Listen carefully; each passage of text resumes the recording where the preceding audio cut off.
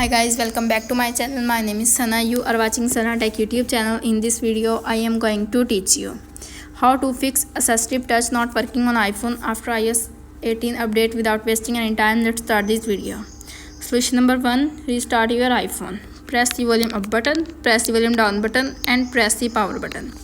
When you see Apple logo appears on screen, and release the power button and wait 5-10 seconds and restarting your iPhone and problem is fixed. If solution number 1 is not working, now applying this solution number 2. Solution number 2 is check iOS version. Tap on setting app.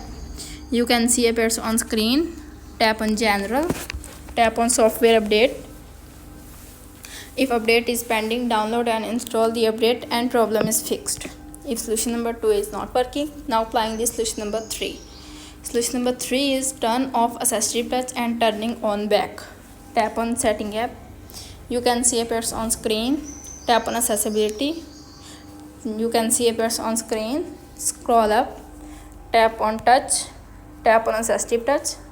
Assistive Touch toggle off and turn on. And problem is fixed. If solution number 3 is not working, now applying the solution number 4. Solution number 4 is reset all settings. Tap on setting app. You can see appears on screen. Tap on general. You can see appears on screen. Scroll up. Tap on transfer reset iPhone. Tap on reset setting. Tap on reset all settings. Enter your iPhone passcode. You can see appears on screen. Reset all settings. This will delete all network settings. No data or media will be deleted. Tap on reset all settings to confirm this action and problem is fixed.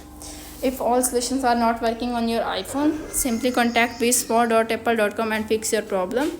How to fix Assistive Touch not working on iPhone after iOS 18 update is successfully. That's it. If the video helpful to you, please don't forget to share and subscribe my YouTube channel. Thanks for watching.